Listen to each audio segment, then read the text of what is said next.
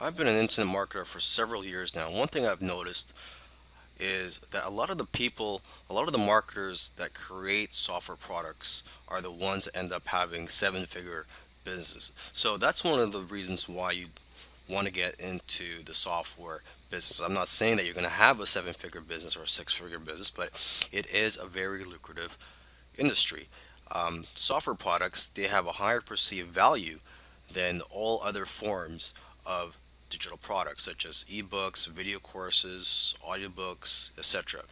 And another advantage to getting into the software business is the barrier to entry. There's not much competition out there. If you create a software product that's, you're not going to have much competition with that compared to other forms of products. For example, if you write a how-to book on a certain topic, you're going to have lots of competition for that book. There's going to be lots of other people that's going to write something on similar topic.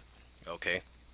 Now, this course will cover the following topics. It's going to cover how to come up with ideas for your software product, how to come up with the features to include in your software product, how to find software programmers to create your software product, and how to manage your project.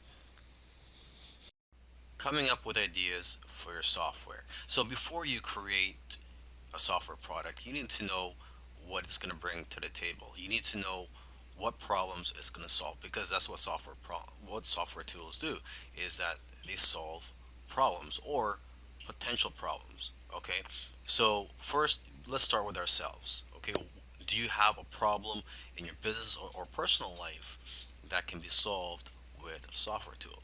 Because let's face it, if you have a problem, I'm pretty sure there's going to be other people out there with similar problems as you. Okay, so your problem is not unique to yourself. You must also know your target audience that you plan to sell your software to. So basically, it comes down to two things. Okay, consumers have a particular problem that needs to be solved, and two, they are looking for something that will make their life easier. Okay, you can also look at social media, forums, and your customer base to get an idea of what types of problems your customers or potential customers have and what they're willing to pay for. Because most of the time, people will tell you what they want, and if you give it to them, they will buy it. Okay, and oftentimes it's simply a matter of taking something that already exists and making it better, or expanding on the current software. So you got to ask yourself, what software out there has room for improvement? Okay, and you got to remember this: it's not about just creating and selling software products. There's a lot of money to be made in selling software products. Don't get me wrong, but it's also about knowing what software products to create. So that's why it's important to know your target audience and know what it's like to be in their shoes. All right, so let's talk about coming up with a list of features and details of what your software is going to include.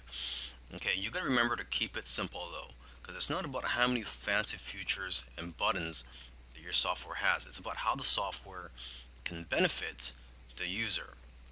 Okay, because sometimes it's the most simple software that can become a best selling product. Okay, but before you can approach a software developer, you must have a list of features and details about the software product you plan to create. Okay, so to get ideas, you can look at other software products in a similar industry. And also, what you can do is go to a website called hotscripts.com.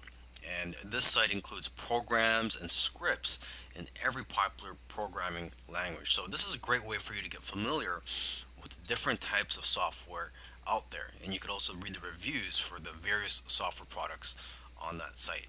And basically, the more knowledge that you have, the better the software you can have developed. Now let's talk about finding software programmers for your project. Now, there are various sites that you can go to find programmers where they will bid on your projects, and you can select the programmers based on the best price.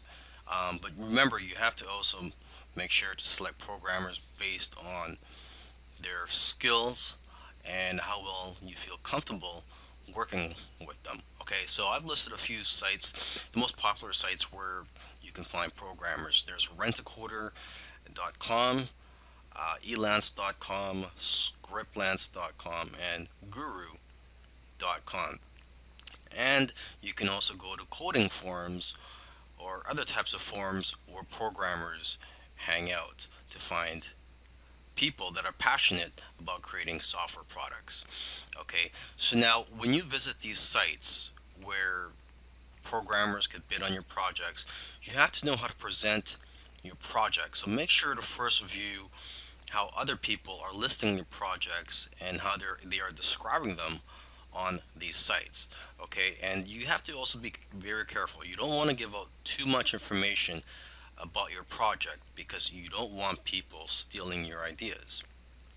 So when you first post a project, the information that you should reveal at first is what is needed for the programmer to know if your software product is something that they are qualified to work on.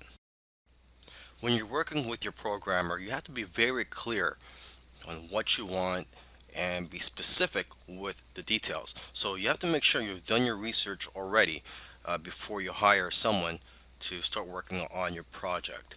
Okay, and you should also find out how long after they finish creating your software will they be able to fix any bugs. So, in my opinion, it should be at least 6 months after they've completed the software, where they could still fix anything that's wrong with your software.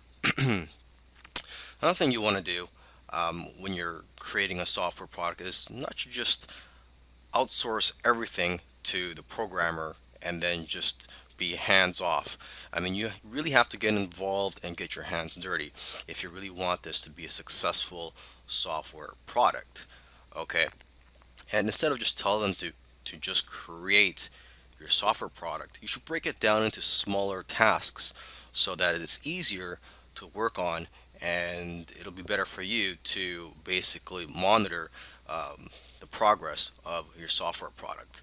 Okay, so for example, you can have weekly or bi-weekly tasks or goals for them to complete to make it easier for you to manage this project.